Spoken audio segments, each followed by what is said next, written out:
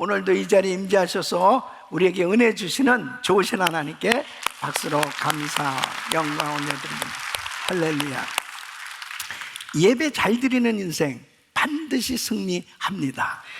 성경을 보면 예배 잘 드리는 인생들이 결국은 그 인생이 성공하는 모습을 보게 됩니다. 하나님께서는 그 위로부터 내려주시는 그 놀라운 은혜를 누구에게 부어주시는 것입니까? 하나님 앞에 은혜를 사모하며 예배에 참석한 그 성도들에게 위로부터 신령한 은혜를 부어주실 때 그 은혜를 받은 성도는 감격하며 자유함이 넘치는 그 은혜 충만한 삶이 되는 줄로 믿습니다. 그래서 예배를 잘 드리면 영혼이 잘 되게 돼 있어요. 예배를 잘 드리면 그 주님을 만나는 그 축복을 누리게 되어지는 것을 보게 됩니다. 복이라고 하는 이 단어는, 이 원어로 히브리어는 이 바라크라고 하는 단어는 예배를 드리다, 그런 의미가 있어요. 그러니까 예배가 그 자체가 바로 축복인 것이죠. 그러니까 하나님 앞에 예배를 드리는 것은 바로 하나님께로부터 축복을 받는 시간이 되는 거예요. 그래서 하나님 앞에 예배를 잘 드릴 때 우리 주님을 만나게 되어지고 그 주님이 주시는 그 은혜 가운데 감격하는 그런 은혜의 시간이 될 수 있는 것입니다. 오늘 이 예배가 바로 하나님을 만나는 천상의 예배가 될 수 있기를 예수 이름으로 축원합니다. 오늘 이 본문 말씀은 바로 사도 요한이 하늘나라를 맛보는 그런 예배를 드리는 장면입니다. 오늘 이 1절 말씀을 보면 하나님께서 사도 요한에게 이리로 올라오라, 그렇게 초청을 하세요. 그리고 이 사도 요한에게 하나님의 나라에서 드려지는 그 예배의 광경을 보여주십니다. 사도 요한은 그 하나님께서 부어주시는 그 놀라운 은혜를 맛보면서 감격하는 그런 은혜의 시간을 그는 정말 이 요한계시록을 통해서 우리에게 너무나 구체적으로 보여주고 있습니다. 저는 예배를 드릴 때마다 감격이 넘치고 은혜가 넘치고 정말 하나님께서 주시는 그 성령의 은사와 능력으로 충만한 이런 하늘나라를 맛보는 예배를 드리기를 원합니다.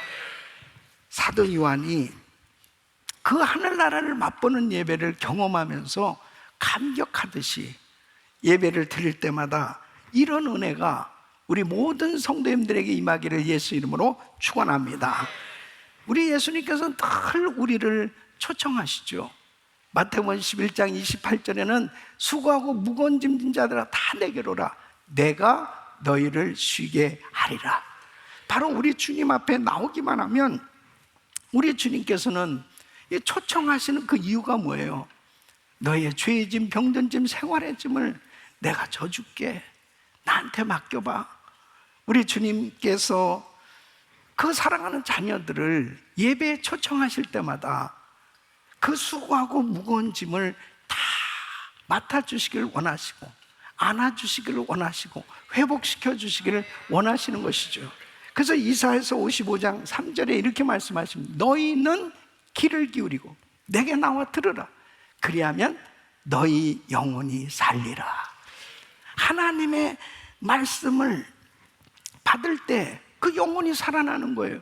답답함과 안타까운 그 근심된 상황 속에서도 그 주님 앞에 나오기만 하면, 그 주님께서 들려주시는 그 말씀을 받기만 하면 그 어두운 세력이 다 떠나가고, 그리고 하나님께서 주시는 은혜로 강물 같은 평강이 흘러넘치고 그 은혜 가운데 우리에게 묶여있던 것들이 다 풀어지고 하나님께 영광 돌리는 그런 은혜를 경험할 수 있는 줄로 믿습니다.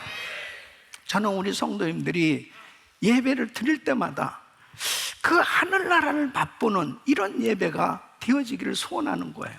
그래서 정말 오늘 이 말씀을 통해서 이 사도 요한이 하늘나라를 맛보는 이런 천상의 예배를 경험했던 것처럼 우리 성도님들도, 저와 여러분들이 바로 이러한 예배를 드림으로 인해서 여러분은 평생이 하나님의 은혜 가운데 날마다 기쁨이 충만하고 감사가 넘치는 은혜의 삶이 되시기를 예수 이름으로 축원합니다.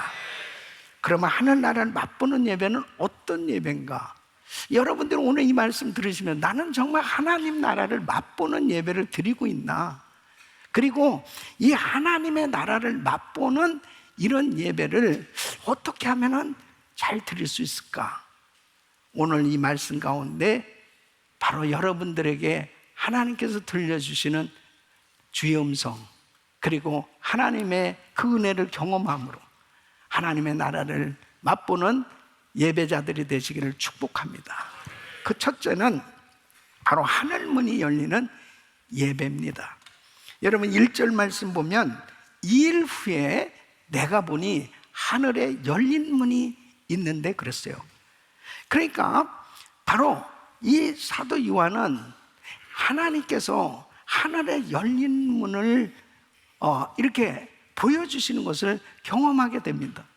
여러분, 하나님께서 하늘문을 열어주셔야 놀라운 하나님의 역사를 경험할 수 있는 거예요. 그러니까 우리는 하나님 앞에 예배 드릴 때 이 하늘문이 열려지는 것을 경험할 때 그 시간이 바로 우리 인생의 최고의 축복의 시간이 되는 거예요. 바로 이 사도 요한은 이 열린 문을 보았던 거죠. 바로 하나님께서 하늘문을 여시고 이 사도 요한에게 그 천상의 예배를 경험할 수 있도록 놀라운 그 하나님의 세계를 보여주시고 있는 것을 보게 됩니다. 신명기 28장 12절 말씀 보면은 여호와께서 너를 위하여 하늘에 아름다운 보구를 열으사. 하늘문이 열려야 돼요, 여러분. 예? 하늘에 아름다운 보구를 열으사 내 땅에 때를 따라 비를 내리시고 내 손으로 하는 모든 일에 복을 주시리니 내가 많은 민족에게 구워줄지라도 너는 끄지 아니할 것이요. 하나님께서 하늘문을 열어주시고 하늘의 신령한 은혜, 땅에 기름진 것으로 우리에게 부어주시는 이런 놀라운 은혜를 경험할 수 있기를 예수 이름으로 축원합니다. 하나님께서 하늘문을 열어주셔야 우리 인생은 복된 인생이 될 수 있는 거예요. 여러분 성경을 보시면 하늘문이 열리는 장면들이 곳곳에 기록되어 있습니다. 우리 예수님께서 요단강에서 세례를 받으실 때도 하늘문이 열렸습니다. 마태복음 3장 16절로 17절 말씀 보면 예수께서 세례를 받으시고 곧 물에서 올라오실 때 하늘이 열리고 하나님의 성령이 비둘기같이 내려 자기 위에 임하심을 보시더니 하늘에서 소리가 있어 말씀하실 때 이는 내 사랑하는 아들이요 내 기뻐하는 자라 하시니 삼위일체 하나님의 그 함께 하시는 모습을 보게 되죠. 성자 예수님께서 세례를 받으시는데 바로 하늘에서 음성이 들려지는 것입니다. 이는 내 사랑하는 아들이요 내 기뻐하는 자다. 성부 하나님의 음성이 들려지고 그리고 하나님의 성령님이 비둘기같이 우리 예수님에게 임하시는 그 장면, 하늘문이 열려야 삼위일체 하나님의 은혜를 받습니다. 하늘문이 열리는 은혜가 있기를 바랍니다. 두 번째는 바로 하나님의 음성을 듣는 예배를 의미하는 거예요. 1절 말씀 보면 나팔소리 같은 그 음성이 가로되 그렇습니다. 자, 사도 요한은 지금 하늘나라 예배를 지금 맛보고 있어요. 그 광경을 지금 봤어요.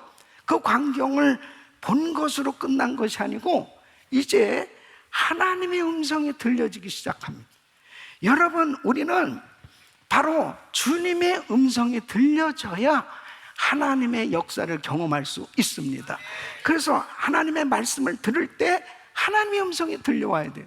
그 하나님의 음성이 들려온다는 것은 바로 나의 이 어두웠던 심령을 깨어나게 되어지는, 바로 이 어두웠던 심령이 깨어나기 시작하는, 그러면서 하나님의 뜻이 저절로 깨달아지기 시작하는. 그러니까 이 로고스인 하나님의 말씀이 레마로 나에게 들려주시는 이 말씀으로 내 마음에 부딪혀오기 시작한, 이것이 바로 주의 음성이 들려지는 겁니다. 여러분, 이 하나님 앞에 말씀을 들을 때, 하나님의 음성이 들려올 때 예배의 최절정에 다다르게 되는 거예요. 그래서 여러분이 지금 하나님의 말씀을 들으시는데, 이 말씀을 듣는 가운데 하나님께서 깨닫게 해주시는 은혜로 주의 음성이 들려질 수 있기를 바랍니다. 그래서 요한계시록 2장 7절에 이렇게 말씀하십니다. 귀 있는 자는 성령이 교회들에게 하시는 말씀을 들을지어다. 여러분, 귀 없는 사람이 어디 있어요? 그런데 하나님의 말씀이 와야 된다니까요. 그러니까 영적인 귀가 열려져야 하나님의 말씀이 이렇게 들려오는 거예요. 그 말씀이 들려와야 돼요. 그래야 놀라운 변화의 역사가 일어나게 되는 겁니다. 여러분은 신앙생활 하시면서 하나님의 말씀이 들려옵니까? 네. 이렇게 아멘이 시원찮은 거 보면, 네? 네. 하나님의 음성이 들려옵니까?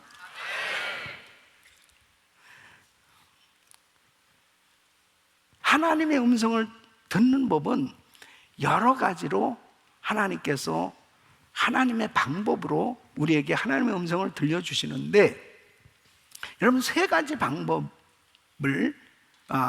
이제 구체적으로 우리가 말씀을 통해서 알 수 있어요. 그 첫째는 바로 하나님께서 직접 음성을 들려주시기도 합니다. 여러분, 사도행전 9장 4절로 5절 보면, 자, 사울이라고 하는 청년, 이 바울이죠. 이 다메섹 도상에 예수 믿는 사람들 핍박하기 위해서 갔다가 이제 주님의 음성을 직접 듣죠. 주님이 직접 말씀을 하시는 거예요. 사울아, 사울아, 내가 어찌하여 나를 핍박하느냐? 주여, 누구시나이까? 나는 네가 핍박하는 예수다. 이렇게 바울에게 직접 음성을 들려주셨습니다. 이렇게 직접 음성을 듣고 정말 바울은 완전히 변화받게 됐죠. 완전히 깨닫게 됐죠. 아, 예수가 그리스도구나, 예수가 메시아구나, 예수가 하나님의 아들이시구나, 내가 잘못 알고 있었구나. 그리고 회개하고 그 예수님을 영접하게 됐어요. 이렇게 직접적으로 하나님께서 음성을 들려주실 때도 있어요. 또 한 가지 방법은 마음의 음성입니다.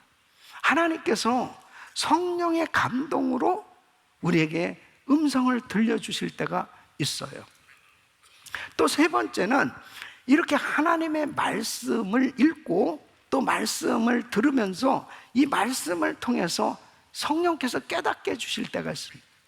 그 말씀을 통해서 계속해서 주님이 그 말씀을 나에게 주실 때가 있어요. 이것이 바로 하나님께서 이 말씀을 통해서 우리에게 음성을 들려주실 때가 있단 말이에요.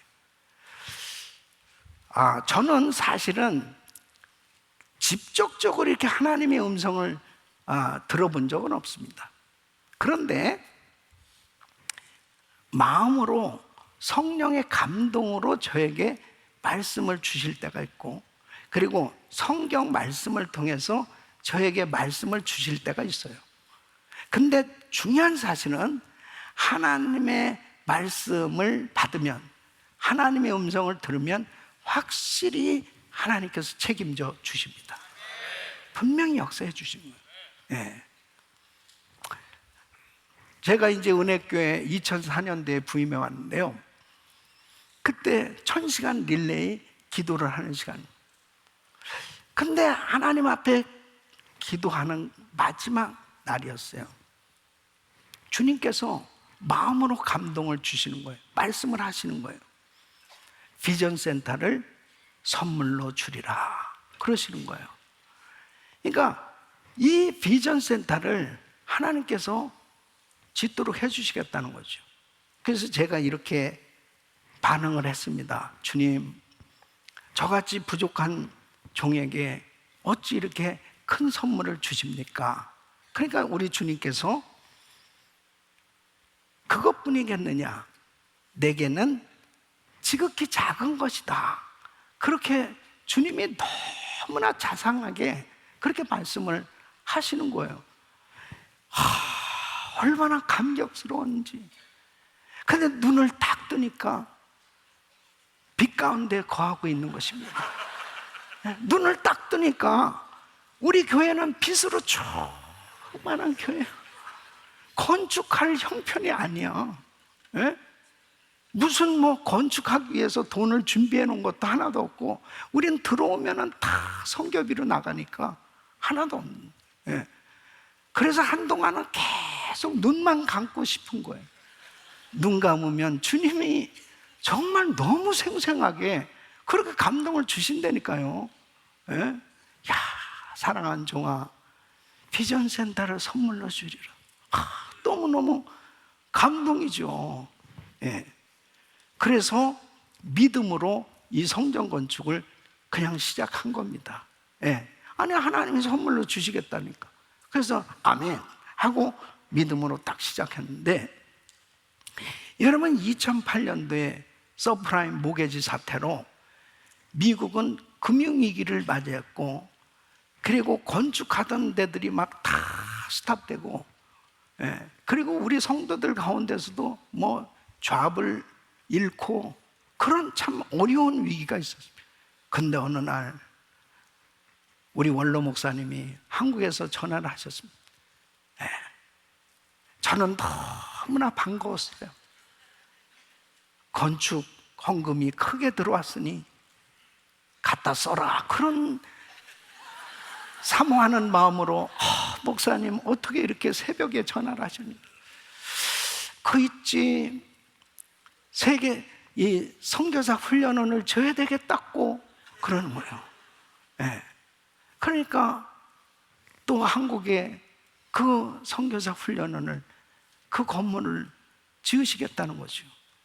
그런데 제 생에 참 잘한 게 뭐냐면, 그때 제가 단 한마디도 부정적인 말을 한 게 아니고, 목사님, 그럼요, 그것도 짓고 이것도 짓고 다 줘야죠.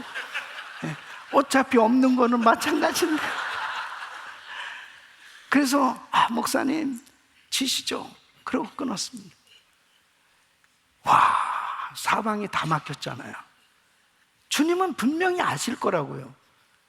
서브라임 모게지 사태가 있을 것도 다 아셨을 거 아니겠어요? 그죠? 그렇게 어려운 상황이 벌어질 거 다 아셨을 텐데 2007년부터 성전 건축을 시작했으니까요. 그 2008년도 절정에 이른 거예요. 이게 이제 막 저 올라가는데 이런 일이 벌어집니다. 2008년 10월 31일입니다. 금요일 날 새벽에 하나님 앞에 기도하는데, 새벽에 하나님이 말씀을 또 주시는 거예요. 성령의 감동으로 40일 금식 기도를 하라는, 40일 금식 기도 감동이 와.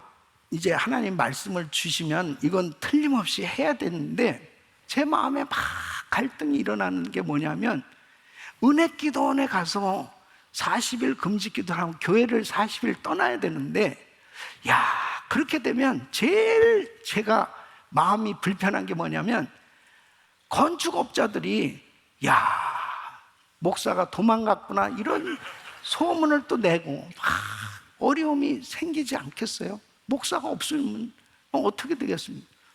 그러니까는 이 부분에 대한 갈등이 계속 있는 거예요.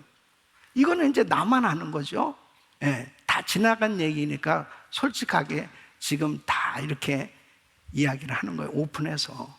그날 금요일 날 미국 강사 목사님이 금요 성령 집회에 강사로 오셨어요. 이분이 토요일 날 샌디에고 퀄컴 스타디움에서 금식 성회를 인도할 강사님이셨어요. 이분은 내가 그 전에 만나본 적도 없어요. 특별히 이분이 지나가면서 초청을 해서 우리 교회에 서게 됐는데, 여러분 알다시피 구성전 미러클 센터는 진짜 이렇게 강단하고 가깝다고요. 그런데 이 목사님이 말씀을 전하면서 금식해야 된다는, 나를 계속 쳐다보면 금식해야 되는 계속 그러는 거예요. 그 말씀을 들으면서 새벽에 하나님이 금식하라고 말씀하신 것은 주의 음성이구나, 이걸 컨펌을 받는 시간이었습니다. 그리고 40일을 금식기도 하는데, 여러분 그때 우리 성도님들 다 알잖아요. 금요 성령 집회 1부, 2부, 3부, 4부 제가 다 인도했습니다. 인도하면서 살은 빼쩍 말랐지만은 40일 금식기도 하면서 순종했더니 하나님께서 막힌 것을 다 열어주시고 결국 한국의 선교사 훈련원도 지었고 이 성전도 건축된 줄로 믿습니다. 하나님께 영광입니다. 하나님을 찬양합니다. 하나님의 음성이 들려지면 하나님이 책임져 주시는 거예요. 하나님께서 오늘도 말씀을 주고 계십니다. 네가 그렇게 답답하냐? 너 그렇게 힘드냐? 너 그렇게 어렵냐? 네가 하려고 그러면 힘들고 어렵고 고통스럽고 다 절망적이고 낙심할 수밖에 없는 그런 상황이라 할지라도 하나님이 하늘문을 열어주시면, 축복의 손을 대주시면 모든 것이 회복될 수 있는 줄 믿으셔야죠. 데살로니가전서 2장 13절 말씀 보면 데살로니가 교인들이 정말 칭찬을 받을 딱 한 가지 이유가 있었습니다. 우리가 하나님께 쉬지 않고 감사하면 너희가 우리에게 들은 바 하나님의 말씀을 받을 때에 사람의 말로 하냐고 하나님의 말씀으로 받음이니 진실로 그러하다. 이 말씀이 또한 너희 믿는 자 속에서 역사하느니라. 하나님의 음성을 잘 들을 수 있는 방법은 사람의 말로 받지 않냐고 하나님의 말씀으로 받을 수 있는 믿음으로 말씀을 받기를 축원합니다. 그때 하나님께서 영의 귀를 열어주시고 주님이 깨닫게 해주시는 은혜를 경험하게 되는 것입니다. 사랑하는 성도 여러분, 우리 성도님들은 말씀을 들을 때마다 성령의 감동이 있고 하나님의 음성이 들려질 수 있기를 예수 이름으로 축원합니다. 세 번째는 하나님 이 성령의 감동을 받는 예배가 바로 하늘나라를 맛보는 예배인 것입니다. 여러분 2절 말씀을 보면 내가 곧 성령에 감동하였더니 보라 하늘의 보좌를 베풀었고 그 보좌 위에 앉으신 이가 있는데, 그래서 3절부터 11절까지는 바로 이 요한이 천상의 예배를 지금 목격하고 있는 거예요. 천상의 예배를 지금 보고 있는 거죠.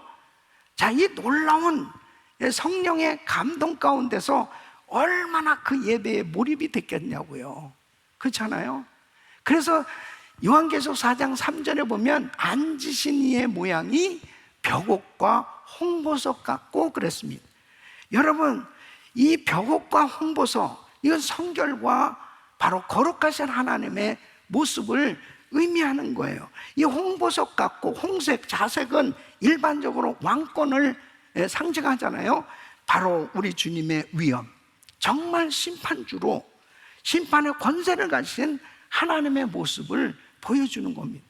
그러면서 마지막 이 계시록 4장 3절 마지막 절에 보면 또 무지개가 있어 보좌에 둘렸는데 그 모양이 녹보석 같더라.